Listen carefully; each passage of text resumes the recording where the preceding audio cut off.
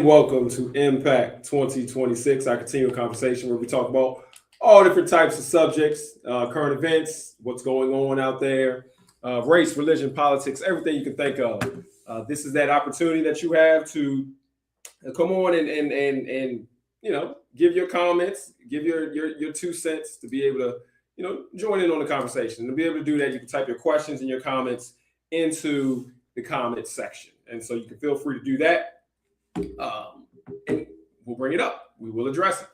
As always, I like to address real quickly what other offerings we have. On Thursdays at 7 o'clock, we have a time of Bible study, and so it's called Thursday Thirst, and that's when we get together and we go deep into the Bible. On Sundays at 10 o'clock, we have worship service. That's here on Facebook and YouTube. Also, Thursday Thirst is on Facebook and YouTube. Services also in person, so you can come to the address that's on the screen. And then on Tuesdays, today, we have a time of prayer from 7 to 7:45. And that's an opportunity where you can pray with other people in the ministry. You'll be praying at the same time that we are praying. You have to pray the whole time, but anytime between 7 and 7:45, you can be assured that you're praying with the ministry. And with that, we like to jump right into things. And so, look, everybody knows what's going on in the world. Everybody knows the craziness that's going on in the world.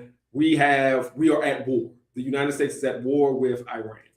Now, we are not, what's the best way to put this? We are not professional historians. We are not professional, just people who are just steeped in the politics and know all the history and all the specifics of things that's going on. We don't have any 4-star generals here or anything that's going on with that. But what we do have is that common man, that common woman approach and touch when we're talking about what's going on in the world. And so regular people need to have conversations about it. We watch the news, we know what's going on. How are regular people thinking about it? And that's what we have here today. And so one of the first things we're going to do is we have to touch on what's going on because that's the biggest story out here. And so brought on Chris. And so going to bring you on the screen here, Chris. All right. How's it going? All right. Glad to represent all the regular people around the world, yo. Absolutely.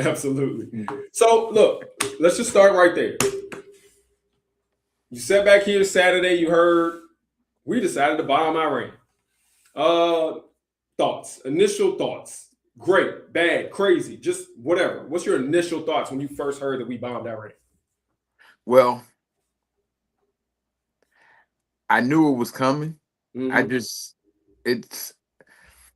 This president that we have he's sporadic. So you can't really gauge what's going on. He just gets into it and he just lets it fly. He doesn't really think about it. And it's not a surprise, but I'm never going to be supportive of attacking somebody that's not a threat, to the United States or, any of its real allies. So I never saw Iran as a threat, but they control a lot of the world's money, as far as the oil trade. So if you notice, Venezuela, they were like the second largest producer of petroleum in the Western Hemisphere behind the United States. The Strait of Hormuz, which is that waterway between the Arabian Gulf and the Indian Ocean, 20% of the world's petroleum resources flow through that. So, he's taking out the competition. So if you're thinking from that angle, if you want to corner the market and kind of gain control of the petroleum industry, it's a good move, but I don't understand it. I'm not really a warmonger. So I kind of understand why he did it. I just don't support it. Well, I've heard some commentary from some of the Iranian individuals who are not in Iran. So they represent Iran, but they're not in Iran. And so, you're talking about people who are diplomats, consulates, other things like that are in different areas. And one of them basically said, what are you doing? You said you were coming in for nuclear weapons. We didn't really have that. Then you said you were coming in because we were going to attack you. You don't have any proof that we were attacking you. And it just looks like you just wanted to come in and murder the Ayatollah. And you just want to come in and murder some people. He said, you're telling us that we're sponsors of terrorists or terrorism, but who's the terrorizing? You're coming in and you're just murdering people because you don't like them. Mm-hmm. All of the terrorists, not us. You came into our land and you bombed us unprovoked. What do you think about that? Like, are we, like, at the end of the day, you sit back, you look at Venezuela, they won't do nothing to us. You look at Iran, won't do nothing to us. You look at Greenland, who they talk about, they're not doing anything to us. Greenland ain't doing nothing to nobody. Right. Are we state-sponsored terrorism? Like, are we the terrorists? We're the bullies. We're the bullies, man. Like, and that's the way it comes across to me. Like, we, if you go back to that traditional school bully, hey, you got cookies in your lunch. I want that. You try to negotiate, say, hey, let me get one. You say, nah. I'm gonna take that then. Run them cookies, cuz. and that's what it looks like to me. And so, and I've heard some reports from some Iranians that left, I guess, had asylum or political refugees, and they're extremely happy. And they think that this was something that should have happened decades ago. And I had to kind of refresh myself on the history. And the history is that America put a leadership structure in place for Iran. And they were catering to American energy needs. And they were a good partner to have in that part of the world. Because again, majority of the world's petroleum, or a large portion of the world's petroleum flows out of that section of the world that Iran controls. And so they had the right people in there, but then the people sponsored by the Ayatollah started to take those resources back. And then that's the hostage situation that they're talking about. That, I think a lot of people are mentioning. It was a hostage situation because the Ayatollah and the people actually took over the government and took over the resources. So it was actually a people's revolution that was sponsored by the people. And so that created a large amount of people in Iran that were now refugees that got asylum to come to the United States. And so now but of course they're going to be supportive of this because they got kicked out of their country by the people that they were basically kind of, exploiting, and so it's hard to pick a side, but it's really a big bully move, I think. Yeah. Now I've also heard some Iranians, they're kind of chuckling at us because you don't have no point. You just bomb some stuff. You really don't even know what you're bombing. Because last time we bombed in June and they said that we took out the nuclear facilities. And then now they're saying we still got nuclear facilities. And they were like, well, y'all don't know what's going on. But more so than that, they're claiming they're all happy because they killed Ayatollah. And there's people dancing in the streets, truly are, in Iran and here, because they're happy that Ayatollah is gone because he was over. They did kill a lot of Iranians. But they're laughing because they're sitting back here saying, okay, so you're blowing up a bunch of stuff. No plan. You're not gonna put they're laughing because they're like, you're not gonna put troops in here because you know what's gonna happen then. Then they're saying you killed a guy who was 86 years old, who was already terminally ill. So you're proud of yourself that you did that? Like he was gonna be gone soon anyway. And the leadership structure that they already put into place, because they're talking about, well, you need to have a regime change. We already still have it in place. They already had the three leaders that they have right now were the three leaders that were going to be there regardless. They're kind of chuckling, like, you doing all this, talked all this big stuff. Y'all gonna bomb for like a week and then maybe be gone. And so what did you get accomplished? You look a little silly. That's some of the stuff that I'm hearing from the Iranian side. Now, who knows if that's right or wrong? I do know why are you happy that you killed an 86-year-old man who was terminally ill? It doesn't seem like it seems like a waste of resources. You probably could have waited it out. Yeah, got the right. But I do think though that the leadership behind the Ayatollah, and I think the Ayatollah is the front. He's the religious front. Because for the people that don't know about Sunni and Shia Islam, like the Ayatollah is a descendant of the Prophet Muhammad's lineage. Mhm. So he's like really, it's almost like they killed the Pope.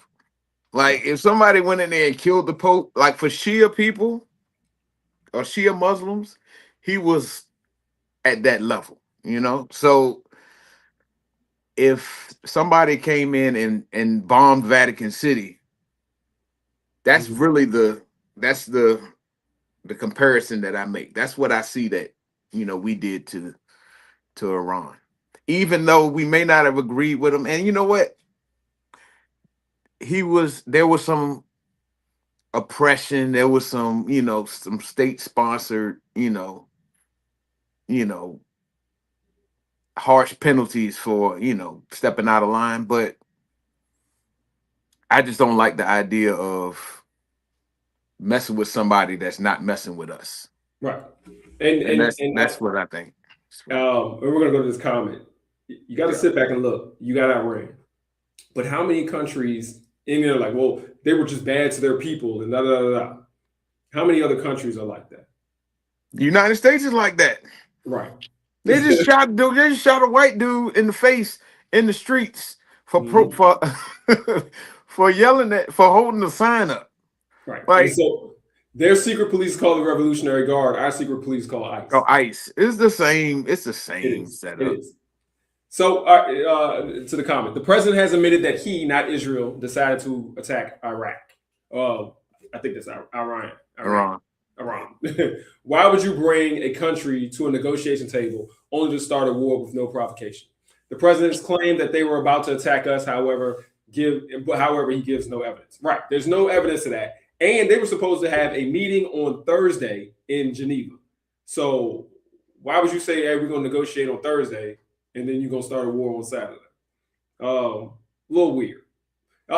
Here's another one. Let's be honest. The president needed to cause a misdirection of the Epstein files and Clinton's appearance before the committee. There are also some Iranians who are shouting "Death to America." Absolutely. So that hits right where it at. Is this just a distraction of what's going on here? Because not even just the Epstein files. You got the Epstein files, but you also have an economy that was already crumbling. So the stock market is falling now because of Iran, but it was also already falling because we have a problem with AI, we have a problem with inflation, we have a problem with tariffs, and so we have a lot of things going on. Do you think this may have been just a big old distraction? Yeah, I think it was the wrong kind of distraction because this is the kind of distraction that's going to create disruption. And there was in Austin over the weekend, it was a mass shooting, and they said that this man may have been tied to some Iranian terror cells, which I believe. I watch a lot of these conspiracy shows. I believe there are thousands of Iranian terrorists in every major city. Not just 1,000, but thousands in every major city. So there's 1,000, there's a couple of thousand in Chicago. There's probably 10 in New York. There's probably 10,000 in Los Angeles, in Houston, in Miami. They are here. We don't know who they are. We don't know when they're going to attack. We don't know why or what they're going to use, what place it creates so much disorder and disarray within us. And we already got to be concerned about, the poor white boys that don't have girlfriends shooting up everybody. And now we got to deal with, actually trained terrorists that are here that have been set up to make these kinds of attacks. It's just, I'd rather just the president just go ahead and show all the pictures of him and all these girls that we already know he's there. We already know he was doing stuff. Just go ahead and get in front of it, man. Stop trying to look like a good guy. Right. Another comment. Do you feel that Trump's son should have served in the military? The claim that he has a medical condition that prevents him from serving. You think?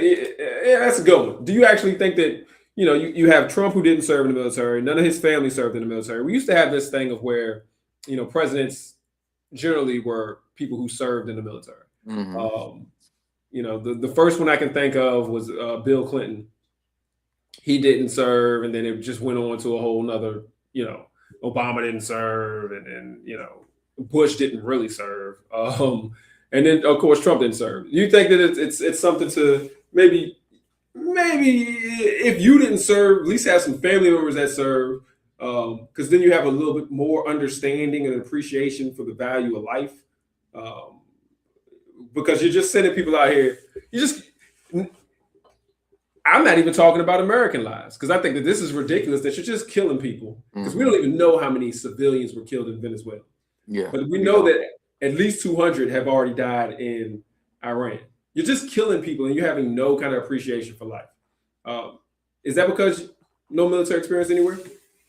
No, I don't think so. I think because if you look at the history, all of the military leaders got into wars.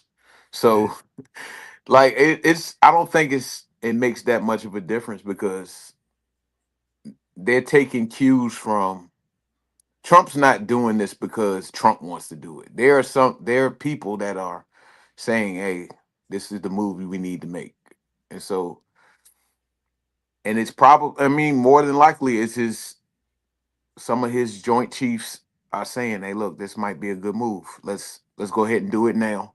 Mm-hmm. It might be. I mean, I don't think that he himself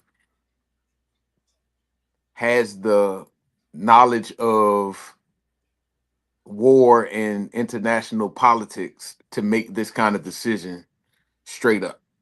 I think, somebody influenced him, whether it was Netanyahu, the Israeli prime minister, or some of his generals, to make this move. Yeah, I would lean towards Netanyahu, and the reason being because Mhm. normally the United States does not go into war without a coalition, and so we would have had some allies, and we would have had some friends. Matter of fact, England, Great Britain did not let us use one of their bases in order to attack Iran, and so normally we have a coalition of folks. So if this was the generals and except not in his cabinet, but this was people who actually know war and were military advisors, I don't think that they would advise something that doesn't make sense like this. You would have had a coalition. We went into Iraq with a coalition. It was the United Nations. It was a coalition. We went into this with Israel. It's just us and them.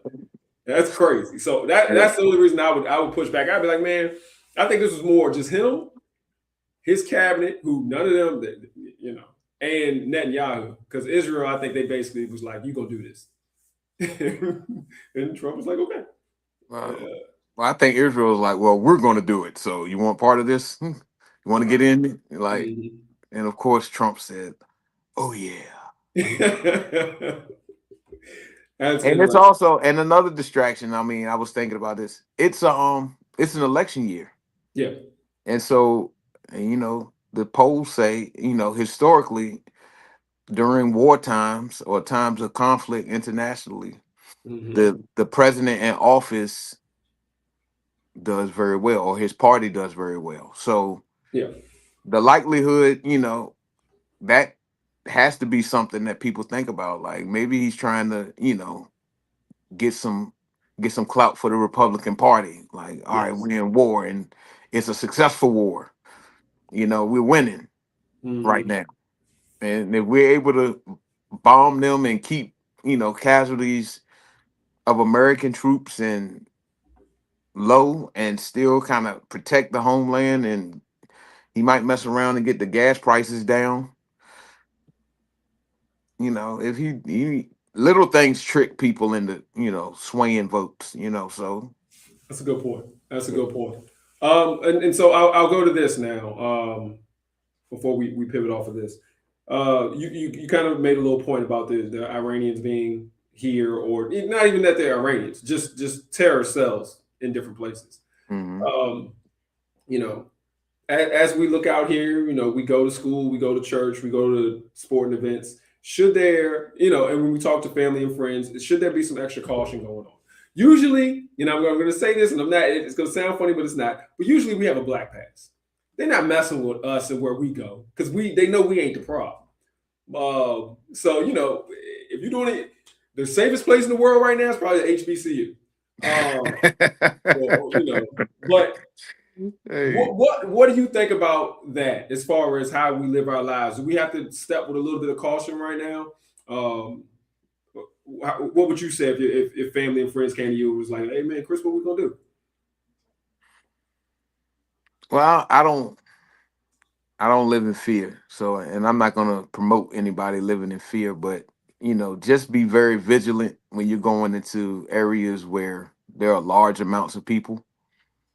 Malls, movie theaters, um, and we're getting ready to get to the summertime, so amusement parks, and I know security is stepped up, but I just would say just be cautious, keep your head on the swivel. Mm-hmm. In the words of the great Nipsey Hussle, stay dangerous. So so you know what's going on with life. Just pay attention, keep your eyes up, because you never know. It. I mean, you never knew before, but now, you know, just to add that other, little bit of awareness to what's happening. Yeah. Okay. All right. Now I'm a pivot, and I kind of gave you a little heads up on this story. So, if you have not heard about this, a North Carolina mother went Christmas shopping 24 years ago. Going to go Christmas shopping at Kmart. Yeah. There ain't no Kmart's really around, so this was a long time. So 24 years ago, a mother went shopping at Kmart, and she just disappeared. And her Kmart. family has been looking for her. They had police reports. The police have been looking for her. Couldn't find her. And then they had a tip all of a sudden just this year. And the woman was found alive and fine by the sheriffs in Virginia. So she was in North Carolina, went Christmas shopping, and somehow now, that was 24 years ago, now she's in Virginia. She was 38 years old when she disappeared. And so now she's in her 60s. And so she has a daughter. She has daughters, sons, grandkids. She disappeared. Sheriff's found her, 100% fine, no problems. She just said, "Don't tell my family where I'm at, and I'm not going to contact her." The daughter who's been looking, she's put her stuff on Facebook and said, she has a bunch of mixed emotions. She's happy, she's angry, she's confused. She doesn't know whether or not she's going to have a relationship with her mother going forward. Again, her mother's in her 60s now. Left when she was 38, 24 years later. You can do the math. So, a lot of people are saying this is crazy. Is there anything that you can think of where you could sit back and a mother just leaves and abandons her whole entire family? And you can sit back and you can be like, all right, they should get back together. They should reconcile. What were we telling this family? Like, should they be angry? Should they try to get back with this mother? And we're going to think about this. Let's think about this on two hats. Think about it from their standpoint, and then think about it as, all right, we got to be offering out forgiveness. We got to be, let's be humane about this. What's your thoughts on this situation? Well, I mean, the daughter is definitely, her kids should definitely be disappointed and angry. I understand that anger that you would have, but you should also kind of recognize that, their mom, even though she left them and abandoned them, may be the greatest hide and go seek player of all times. It took them 20 years to find this lady. Right.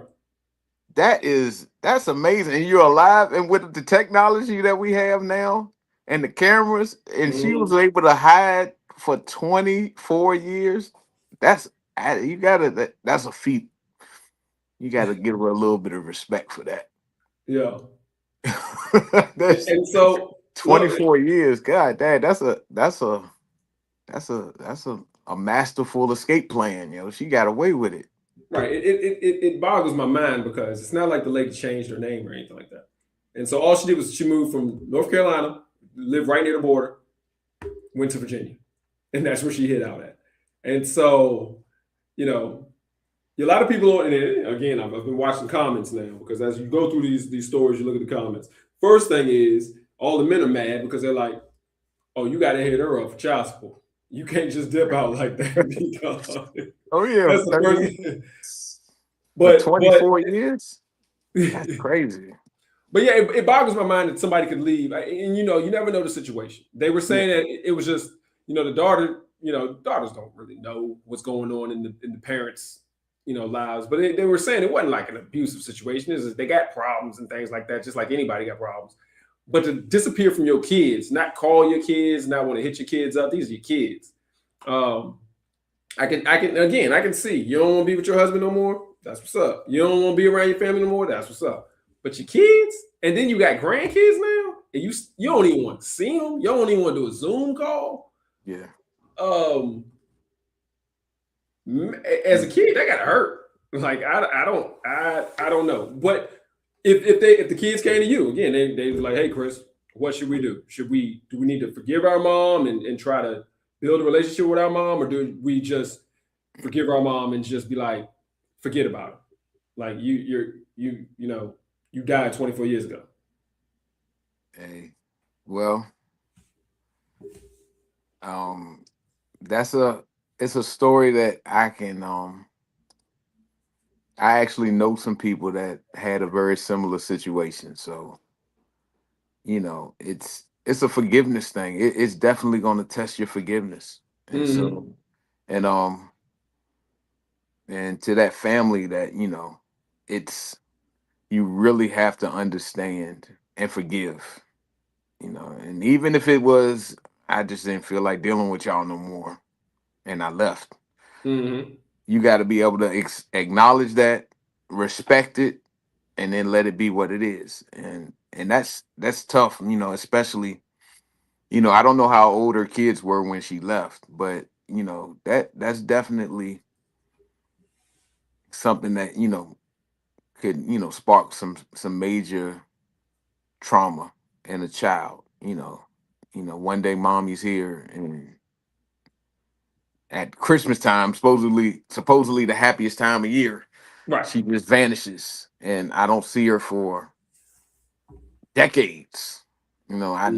have kids, and so like I can't talk to my mom about her grandkids or how to be a mom and stuff like this because she's not there. And then just to find out that she just left and she's still here, she's still safe, she's still alive. That's a lot, that's Hmm. and so I feel for that. I feel for those children and I feel for their grandchildren too, because I think one of the beautiful parts of being a grandparent that I'm looking forward to is you get to see yourself. And for a child, you get to see what you're going to be like, what it's going to be like when you get that age. So you get to see yourself in your grandparents at a young age. So you know what you can grow into. You know what, and that was taken from them. So I mean it's sad, but I bet nobody wants to challenge that lady in hide and go seek. I know that's right. Comment similar to what you're saying. There is no one answer. Why did she leave? What was her mental state? Every situation has its own issue. I've actually seen something similar, and people grow and change. Yeah, that's the one thing that I always try to remind people, man. Sometimes, especially with guys, man, some of us mature late. Yeah, And yeah, when I say late, like some of us don't mature until we're 40, yeah. 50, you know what I mean? 60. Mhm. Some guys we just mature late. Now I don't know. I'm not a woman, so I can't speak to that side. But I know that's how some guys are, and they'll be terrible parents on the front end and great parents on the back end, or great grandparents on the back. You know, They had great advice. right? Oh yeah, right. And they'll be the Awesome first one to tell you advice. that. We're like, hold on, cuz you won't even. But hey, I had a hard life, man. Right. But I don't know how you feel about it. I don't know if your mom doesn't want to see you. For me, I think my advice would be, don't worry about it. You have to forgive because you can't be carrying that burden with you. But I don't think you need to try to reconnect with somebody that doesn't want to connect with you. You got so many people that love you in your life. Don't try to chase the one a day. And so, yeah, and that hurts though. That hurts, yeah. To have that feeling where your mama doesn't love you. Mm-hmm. Yeah. Ooh. Yeah. I can see how tough that would be, boy. Yep. And so, it's a crazy one. But all right. I know, look, no good fun news today. We got war in Iran, and then we got ladies disappearing for 24 years and the kids. So no good news, unfortunately. Right. I mean, the greatest hide and go seek player of all times. Right. Another comment: does God really never put on us more than we can bear? Good question. They can handle it because obviously these kids grew up and became, and you know what? May have been easier if they never knew. But but she might have been a terrible mom. She might have been a terrible grandma. She might have been doing them a favor. That's true. We got to think about that too. Like, hey man, get up out of here. I don't need that. So who knows? Yeah. All right, Chris, man, we done hit our time, man. I appreciate you joining us. I appreciate your insight. Always a pleasure, man. I appreciate it. Yeah, it's tough issues, man. It's real world stuff out here, and we got to talk about it. We got to make it happen. So again, I really appreciate you. Just as a reminder to everyone, again, on Thursdays, Thursday Thirst, that's our weekly Bible study, 7:00, Facebook, YouTube. On Sundays, 10 a.m., we have worship service that is in person and Facebook and YouTube if you want to join us. And then at 7:00 on Tuesdays, we have a time of prayer from 7 to 7:45. All right. Thank you, everybody, for joining us. We'll be here, same time, same place next week. All right. Have a good one.